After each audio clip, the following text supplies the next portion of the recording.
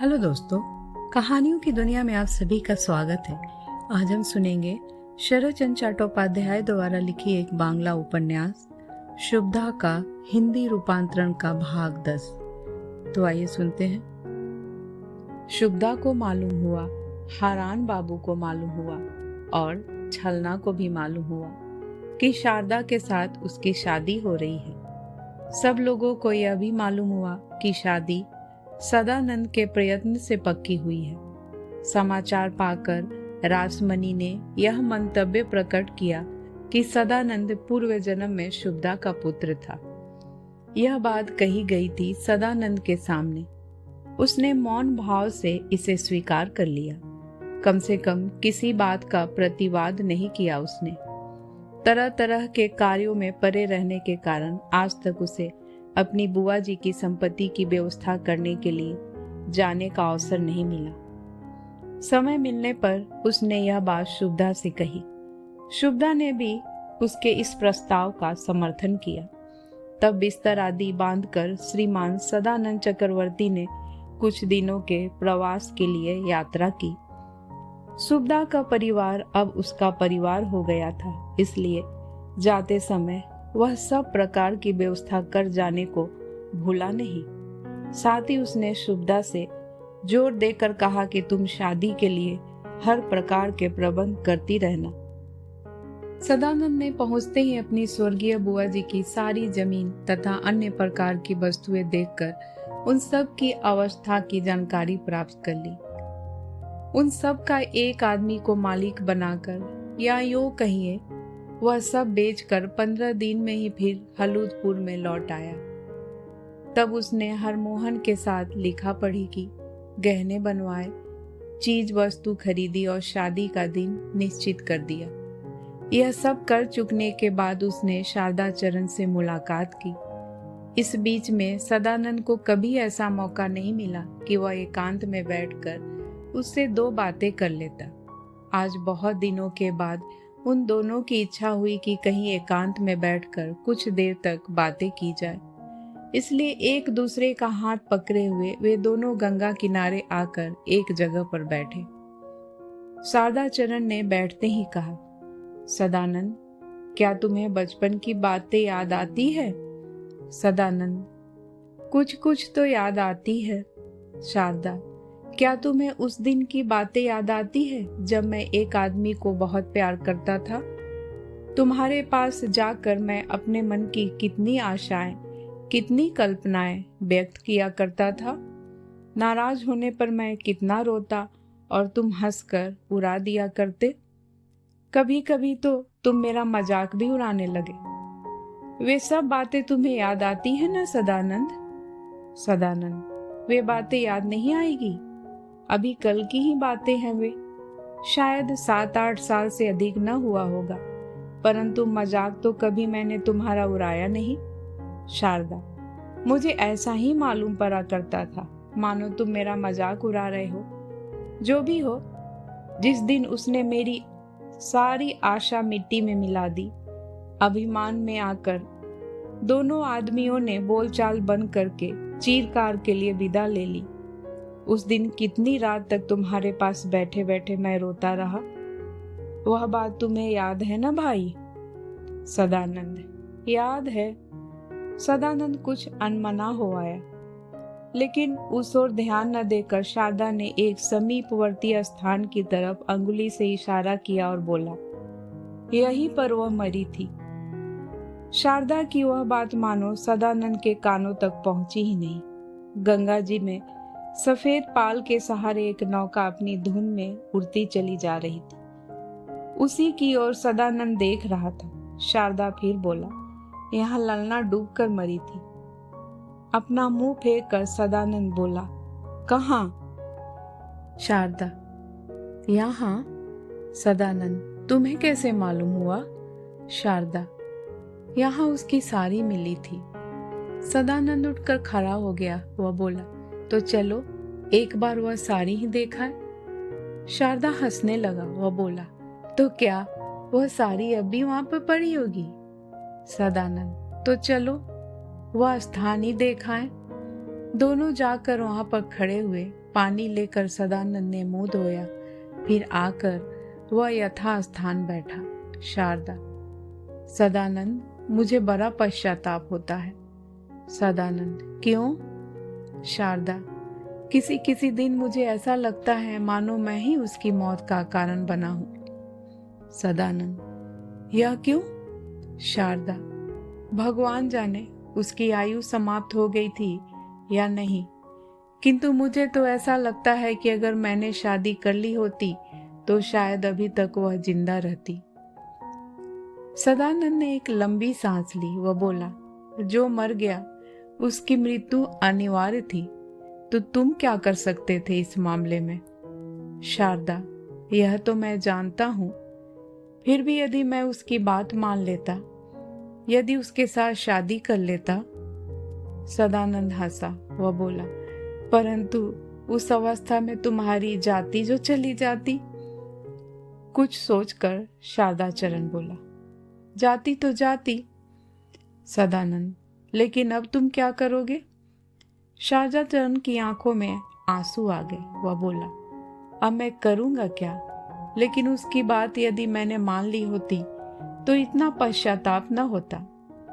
दूसरी ओर देखते हुए सदानंद बोला, पश्चाताप तुम्हारा धीरे धीरे दूर हो जाएगा। शारदा: अगर मैं उसके आखिरी अनुरोध की भी रक्षा कर सकता होता। सदानंद: वह कौन सा अनुरोध? शारदा: उसने मुझसे कहा था कि एक दरिद्र जाति वाले की रक्षा करो, छलना के साथ शादी कर लो। शारदा के मुंह की तरफ देखते हुए सदानंद ने कहा, तो क्या छलना के साथ तुम शादी न करोगे? शारदा: करूंगा, लेकिन इस तरह शादी करके क्या मैं उसके अनुरोध की रक्षा कर रहा हूं? सदानंद: क्यों नहीं? शारदा: किसी प्रकार से हुई जरूर, लेकिन अच्छा सदानंद, पिताजी को किस प्रकार राजी किया तुमने? सदानंद बोला, मैंने उनसे कहा कि शारदा यह शादी करना चाहता है। शारदा: केवल इतना ही? सदानंद: और नहीं तो क्या? शारदा: क्या मैं पिताजी के स्वभाव से परिचित नहीं हूं? सदानंद हंस पड़ा। वह बोला, तब फिर क्यों पूछ रहे हो? शारदा: मैं जानना चाहता हूं कि कितने रुपए देने होंगे। सदानंद: यह बात जानने से तुम्हें कोई लाभ न होगा। शारदा: सदानंद, यह तो पाप का धन है। सदानंद: मैं आशीर्वाद दूंगा कि तुम्हारा जीवन सदा सुख से बीते। शारदा: समय आने पर वे रुपए मैं लौटा दूंगा। लौटा देना। कहने के साथ सदानंद उठकर खड़ा हो गया और उस स्थान पर आया जहां ललना की साड़ी पड़ी थी। वहां की मिट्टी उठाई। शारदा ने चकित होकर कहा, यह क्या कर रहे हो? शाम के वक्त मिट्टी क्यों उठा रहे हो? सदानंद जोरों से हंस पड़ा। कहा, पागलपन कर रहा हूं। वास्तव में शारदा ने देखा कि उसकी बातों तथा कार्य में विशेष अंतर नहीं है। कहा, पागलपन कर रहे हो, यह तो मैंने नहीं कहा। सदानंद, तुम क्यों कहोगे, मैं कह रहा हूं। शारदा, सच बताओ, मिट्टी लेकर क्या करोगे? सदानंद, मैं शिव जी की पूजा करता हूँ, घर में गंगा जी की मिट्टी नहीं है, इसलिए ले ली। शारदाचरण देखता रहा। सदानंद ने मिट्टी का लोंदा बनाया और उसे गंगा में फेंककर हाथ धोने के पश्चात कहा, चलो घर चले। शारदा ने पूछा, यह सब क्या किया? कहते थे कि शिव पूजा करूंगा। सदानंद, अब नहीं करूंगा, चलो घर चले। इसके बाद दोनों ही गांव में आकर अपने अपने घर की ओर चले गए। घर आकर सदानंद ने द्वार बंद कर लिया। उस दिन फिर वह बाहर नहीं निकला। रात में भोजन के लिए सदानंद को बुलाने पहले छलना आई, फिर उसकी बुआ जी आई, किंतु उसने द्वार नहीं खोला। भीतर से ही कह दिया कि मेरा शरीर अस्वस्थ है, देखने के लिए सुविधा आई, किंतु तब तक सदानंद सो गया था। कई बार जोर जोर से आवाज देने के बाद वह लौट गई। दूसरे दिन सवेरा होने पर सदानंद फिर उठा। वह मैदान में गया, लौटकर भोजन करने आया, हंस हंस कर गाना गाने लगा। प्रतिदिन जो काम वह किया करता था वे सब करने लगा, परंतु कोई यह न समझ सका कि सदानंद दिन प्रतिदिन बदलता जा रहा है। जैसा वह कल था आज ठीक वैसा नहीं है। धीरे धीरे छलना की शादी का दिन आ गया। सभी के मुख पर आनंद की रेखा विराजमान थी, सभी के मन में उत्साह था। सदानंद को बैठने के लिए भी फुर्सत नहीं थी। हरान मुखर्जी की बातों का अंत नहीं था। बुआ जी के आंसू बंद नहीं हो पाते थे। घर में जो आता उसी से वे रो रो कर कहा करती। ऐसे सुख के दिनों में भी ललना के अभाव के कारण मेरे हृदय में तिल भर भी सुख नहीं है। उनके साथ ही साथ संभवतः और भी कई आदमी इस व्यथा का अनुभव कर रहे थे। केवल शुभदा आज बहुत शांत थी, बहुत गंभीर थी। क्रमशः संध्या हुई, जोर जोर से बाजे बजने लगे, बहुत से लोग एकत्रित हुए। अंत में शुभ घड़ी आई और शुभ लग्न में छलनामयी का विवाह हो गया। आज सारे गांव में वृद्ध हरमोहन की वाह वाह हो रही थी। उनके शत्रु ने भी मन ही मन यह स्वीकार किया। मन में बहुत उदारता का भाव है। मुंह पर जब कोई प्रशंसा करने लगता है तब वृद्ध हरमोहन प्रसन्न भाव से कहते, बताइए करूं क्या? कोई दूसरा लड़का तो है नहीं मेरे। उसकी इच्छा हो आई कि मैं यही शादी करूंगा, तब मैं क्यों अस्वीकार कर दूं? इसके अतिरिक्त गांव भर में उनकी समानता का केवल मेरा ही एक घर है। बेचारे कहाँ जाए शादी करने के लिए? पड़ोसी के भी सुख दुख की ओर तो जरा सा ध्यान रखना ही पड़ता है। यह बात सुनकर शारदा की भावों पर बल पड़ गए। बहुत से काम करने को थे। बड़ी बड़ी कठिनाइयों का सामना करने के बाद वे सब सिद्ध हो गए। अब आराम से लेटना बैठना अच्छा मालूम पड़ता था, परंतु 2-4 दिन के बाद उस आराम में भी आलस्य आ गया। हाथ पैर समेटकर बिल्कुल बेकार बैठे बैठे भी तबीयत उब जाती है। सदानंद ने छलनामयी की शादी के संबंध की हर प्रकार की व्यवस्था की। नितांत ही गुप्त रीति से हरमोहन को खूब ठिकाने से उसने 4 पैसे घूस दिए। आखिर में जब शादी हो गई तब वह इच्छा अनुसार बिस्तरे पर करवटें बदल बदल कर खूब आराम से 3-4 दिन तक लेटा रहा। उस समय उसका जी इतना हल्का हो गया था मानो इतने दिनों तक हत्या के अभियोग में वह गिरफ्तार था और अदालत से बरी हो जाने के कारण छोड़ दिया गया है। 2-4 दिन तक इसी प्रकार आराम से लेटे लेटे समय व्यतीत करने के बाद सदानंद को ऐसा मालूम पड़ने लगा मानो शया कुछ गर्म हो उठी है, तकिया कुछ कड़ा हो गया है, साथ ही घर में भी अंधेरा कुछ अधिक हो गया। उस समय प्रायः संध्या हो गई थी। पानी की नन्ही नन्ही बूंदें सारे दिन पड़ती रही। वे उस समय भी रुकी नहीं थी। काले काले बादल हवा के छोटे छोटे झोंकों के कारण थोड़े बहुत बिखर जरूर गए थे, लेकिन बूंदों का टपकना बंद नहीं हुआ था। अभी तक बूंदों के रुकने का कोई लक्षण भी नहीं मालूम पड़ रहा था। ऐसे समय में वह निकल पड़ा। बड़ी देर तक कभी इस रास्ते में कभी उस रास्ते में टहलने के बाद कपड़े भिगोकर और पैरों में कीचड़ लपेटकर सदानंद हरान चंद के घर पहुंचा। शुभदा शायद उस समय रसोई में थी। सदानंद उधर गया नहीं। बुआ जी शायद पड़ोस में ही किसी के यहाँ घूमने गई थी। उनके संबंध में भी उसने किसी प्रकार की पूछताछ नहीं की। पैर धोकर तनिक इधर उधर देखने के बाद वह आकर उसी कमरे में चला गया जिसमें माधव चंद लेटा हुआ था। बहुत दिनों से माधव चंद से सदानंद की भेंट नहीं हुई थी। आज वह उससे बातें करने के लिए गया। ललना जब से गई है तब से माधव चंद भी क्रमशः बहुत समझदार होता जा रहा है। नितांत ही बहुत दर्शी वृद्ध के समान सब विषयों में बहुत सोच विचार कर वह अपनी सलाह प्रकट किया करता है। खाने को भी वह कभी कुछ नहीं मांगता।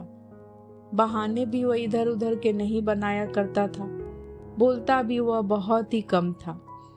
एक के ऊपर एक तकिया रखकर उन्हीं के सहारे से एक दार्शनिक के समान वह प्रायः मौन भाव से बैठा रहता।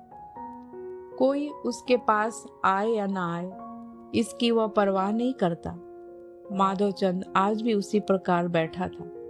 पास आकर सदानंद के खड़े हो जाने पर वह बोला, सदा भैया, अब तुम मेरे पास क्यों नहीं आते?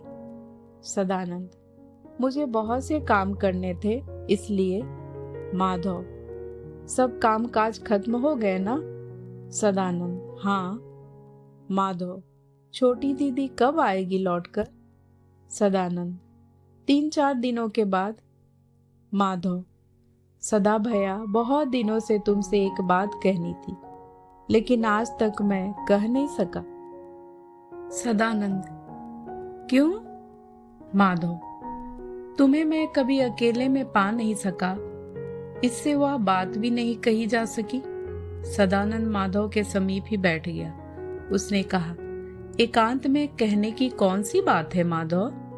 माधव, दीदी चुपके से तुम्हें ही बतलाने के लिए कह गई थी भैया। सदानंद, कौन माधव? माधव, दीदी, बड़ी दीदी। जब रात में गई तब तुम नहीं थे ना, इससे कह गई थी कि आने पर मैं तुमसे कह दूं कि दीदी चली गई। थोड़ा सा पास आकर सदानंद ने माधव के शरीर पर हाथ रख दिया। वह बोला, क्यों गई माधव? क्या किसी ने उसे कुछ कहा था? माधव, किसी ने भी नहीं। सदानंद, तब वह क्यों चली गई? माधव, मैं भी जाऊंगा। सदानंद, छी। माधव तनिक हंसा, फिर वह बोला, और कोई जानता नहीं, केवल मैं जानता हूँ और दीदी जानती है। वह मुझसे पहले चली गई है। मेरे लिए सब ठीक ठाक करने के बाद मुझे भी ले जाएगी। वहां हम दोनों सुखपूर्वक रहेंगे। माधवचंद्र अपने मुख को बहुत प्रफुल्लित करके एक बार फिर मुस्कुराया। फिर घूम कर वह बोला, दीदी आकर मुझे ले जाएगी? सदानंद बड़ी देर तक चुप बैठा रहा, फिर बोला, कब? माधव, जब मेरा समय हो जाएगा। सदानंद, माधव, ये सब बातें किसने सिखाई? माधव, बड़ी दीदी ने। सदानंद, उसने कहा है तुम्हें ले जाने के लिए? माधव, हाँ। सदानंद, अगर वह न ले जाए? माधव, वह ले क्यों न जाएगी? जरूर ले जाएगी। सदानंद, अगर वह न ले जाए तो क्या तुम अकेले जा सकोगे? माधव जरा सा खिन्न हो गया। थोड़ी देर तक वह सोचता रहा, बाद में बोला, कह नहीं सकता। सदानंद भी खामोश रहा। माधव फिर बोला, सदा भैया, क्या वहां अकेले जाना संभव है? सदानंद, हाँ, नहीं तो तुम्हारी दीदी कैसे गई है? माधव, तो क्या मैं भी जा सकूंगा? सदानंद, जा सकोगे? माधव फिर सोचने लगा, फिर दुखित भाव से बोला, परंतु मैं जाऊंगा किस प्रकार? मेरे शरीर में जरा भी तो बल नहीं है। सदानंद माधव का मुंह देखता रहा। माधव कहने लगा, दीदी जब गई है तब उनके शरीर में खूब बल था, लेकिन मैं किस तरह जाऊं? इस समय तो मैं खड़ा तक नहीं हो सकता हूं। क्या मैं इतनी दूर तक जा सकूंगा? सदानंद के नेत्रों में आंसू आ गए।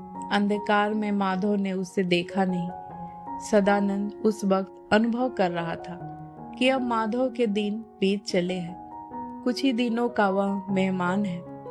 इस संसार में इसका लेना देना सदा के लिए समाप्त हो गया। उसका ध्यान गया शुभदा की दशा पर। ललना की भी उसे याद आई। उसने देखा कि अब मैं जरा झमेले में पड़ गया हूँ। 5 आदमियों को साथ ले लेने के कारण अब निश्चित भाव से आनंद पूर्वक दिन नहीं व्यतीत कर पाता हूँ। अब मैं उस तरह गाना नहीं गा पाता हूँ। इच्छा अनुसार घूमने फिरने की भी सुविधा नहीं रह गई है मुझे।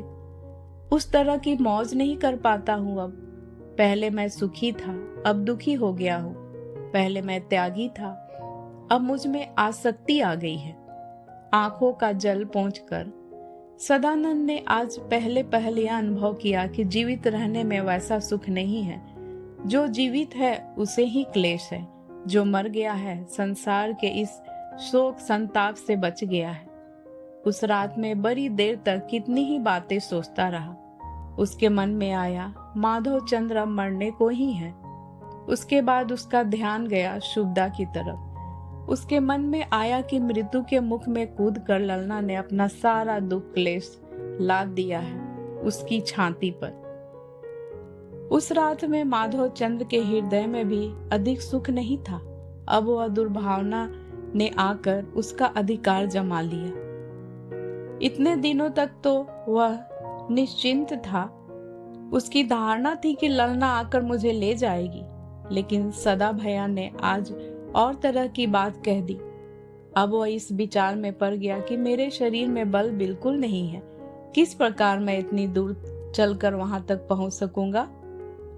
सोचते सोचते बड़ी रात को उसने निश्चय किया कि मेरी दीदी कभी झूठ नहीं बोलेगी। समय आने पर वह अवश्य आ जाएगी। तब बहुत कुछ शांत मन से माधव चंद्र सो गया। और भी कितने ही दिन बीत गए। छलना लौटकर पिता के यहाँ आ गई। पास पड़ोस की स्त्रियां एक बार फिर नए सिरे से वर वधू को देख गई। कितना हंसी मजाक, कितना विनोद किया गया। हरमोहन स्वयं आकर अपनी मीठी मीठी बातों से सबको तृप्त कर गए। समधिन महोदया का नमस्कार ग्रहण करके वह लौट गए। कमर में सफेद चादर बांधे हुए हारान बाबू ने ब्राह्मण पारा की प्रत्येक दुकान पर एक एक बार बैठकर उन सबको मोहित किया। इस तरह कितनी घटनाएं हो गई।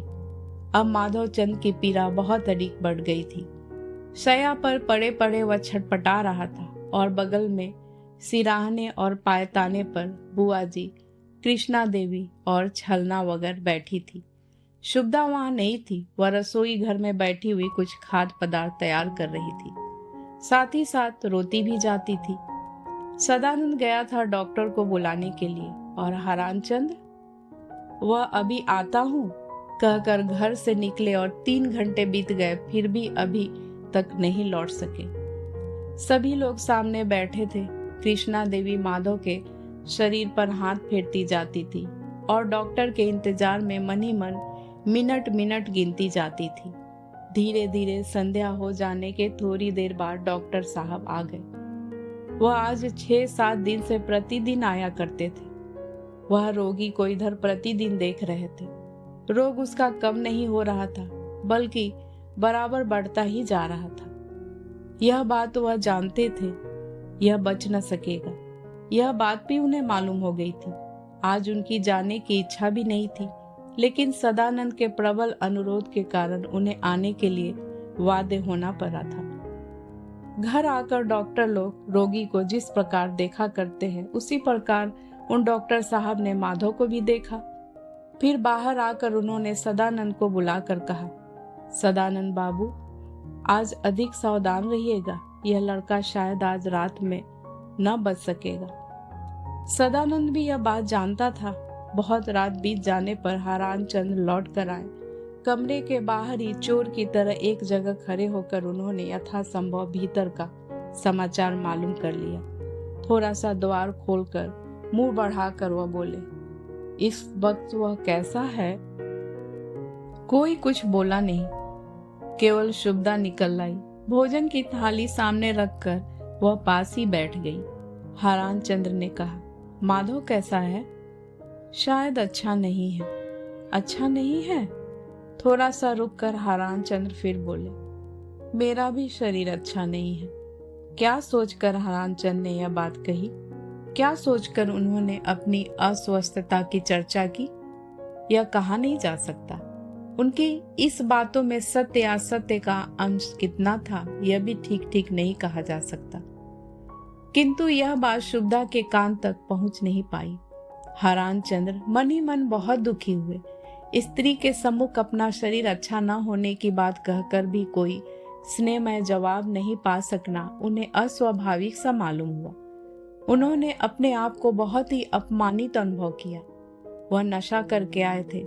इससे अपमान का साधारण सा भी वह अंकुर 2-4 मिनट में एक विशाल तरु के रूप में बदल गया और उनकी शाखाएं तथा टहनियां हरान चंद के सारे दिमाग में फैल गई।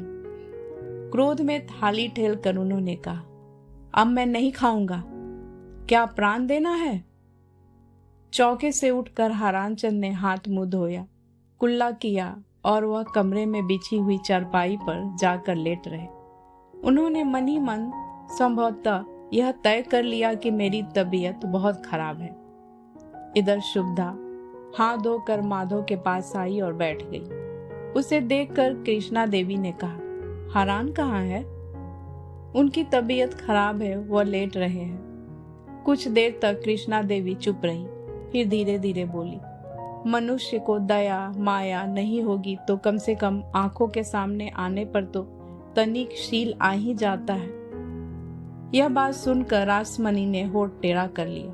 क्रमशः रात अधिक बीतने लगी। मृत्यु शैया पर पड़े हुए कितने व्यक्तियों के पास बैठे बैठे कृष्णा देवी ने रात बिताई।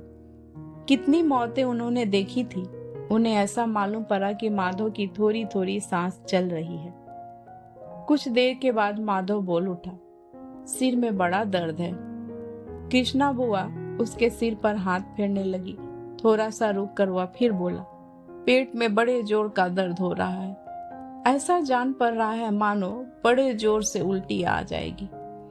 सभी ने सबके मुख की ओर देखा, मानो वहां के हर एक आदमी ने दूसरे के मुख के भाव का अध्ययन करने का प्रयत्न किया। फिर कुछ क्षण चुपचाप ही बीत गए। सभी लोग मुंह बंद किए हुए बहुत ही दुखी होकर अंतिम घड़ियों की प्रतीक्षा कर रहे थे।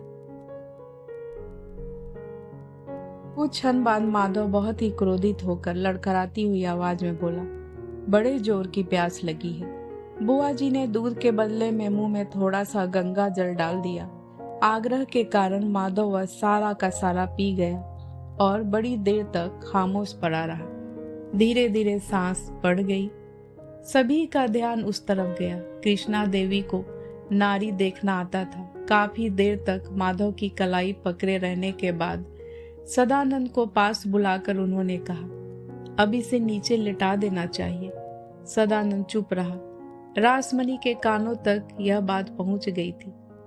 सिसकते उन्होंने कहा, अब क्या देख रहे हो सदानंद? छलना रो पड़ी। कृष्णा बुआ भी रोने लगी। साथ ही साथ माधव का चेतनाहीन शरीर नीचे उतर आया। बड़ी देर के बाद माधव ने फिर एक बार मुंह खोला।